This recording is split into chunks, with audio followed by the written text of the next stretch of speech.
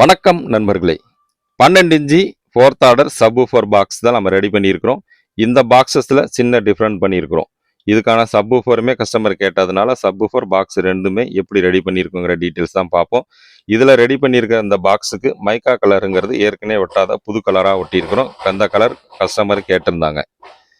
இந்த கலர் ஒட்டிட்டு இதில் என்ன டிஃப்ரெண்ட் எக்ஸ்ட்ரா பண்ணியிருக்கோம் அப்படின்னா, இந்த பைனியர் சப்வூஃபரில் இருக்கக்கூடிய டூயல் வாய்ஸ் காயிலுக்கான ஒயரை ரெண்டையுமே அவுட்டரில் எடுத்து விட சொல்லியிருந்தாங்க. ப்ளஸ் மெயினாக வாட்டர் ப்ரூஃப் எம்டிஎஃப்ல நடுவில் எக்ஸ்ட்ரா ஆரஞ்சு பிளேவுடோட ஒட்டி தான் கேட்டிருந்தாங்க. கஸ்டமர் கேட்ட மாதிரி 2 வாய்ஸ் காயிலுக்கான ஒன்ஸ்கோரமும் பிளனக்ஸ் ஒயரில் வாங்கி அதை 2 வாய்ஸ் காயிலுக்கான ஒயரை தனியாக எடுத்து விட்டுட்டோம். ஏன் அப்படின்னா, இந்த சப்வூஃபரில் பார்த்தீங்கன்னா இதோட மாடல் W1212D4 தான் வாங்கியிருக்கிறோம். எனக்கு D4 dual voice coil subwoofer தான் வேணும்னு கேட்டிருந்தாங்க. அதனால் இதுக்கான 2 வாய்ஸ் காயிலுங்கிறது நம்ம நிறையா வீடியோ அப்லோட் பண்ணியிருக்கிறோம். அதுலேயே மென்ஷன் பண்ணியிருப்போம். 2 ohms லோடோடலாம் நிறையா வீடியோ போட்டிருக்கிறோம். எனக்கு அதுமாரி வேண்டாம், நான் பார்த்துக்கிறேன்னு சொன்னதுனால இதில் 4 ohms டிவிசிங்கிறது மென்ஷன் பண்ணியிருப்பாங்க. நம்ம எப்படி டூயல் வாய்ஸ் காலுங்கிறது பார்த்தாலே தெரியும், இல்லைனாலும் அதில் மென்ஷன் பண்ணியிருப்பாங்க.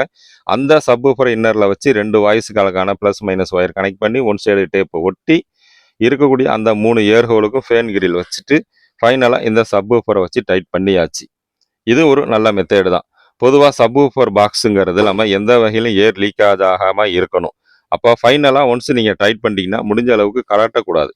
திருப்பி கழட்டி மாட்டுற மாதிரி இருந்துச்சுன்னா ஸ்க்ரூ லூஸோ இல்லை வேறு ஏதாவது கேப்பு கிடச்சிச்சு அப்படின்னா உங்களுக்கு காற்று அழுத்தத்துக்கு எக்ஸ்ட்ரா ஒரு சவுண்டு ஒன்று கிரியேட் பண்ணும்.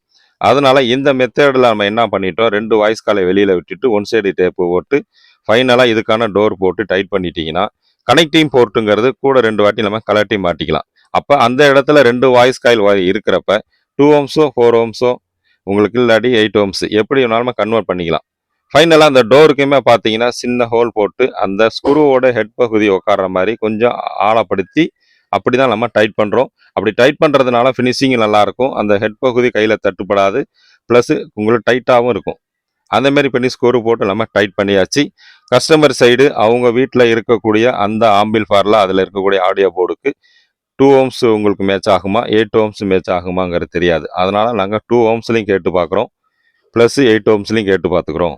எது எங்களுக்கு மேட்ச் ஆகுதோ அந்தமாரி நாங்கள் மாற்றிக்கிறோம். அதனால் நீங்கள் அதுக்கான கனெக்டிங் போர்ட்டும் 2 ஒயர் தனியாக வச்சு தான் அவங்க கேட்டாங்க. கேட்ட மாதிரி மைக்கா கலரோட பாக்ஸை ஃபினிஷிங் பண்ணி சப்வூஃபரை டைட் பண்ணி நம்மளுக்கு கொடுத்தாச்சுது.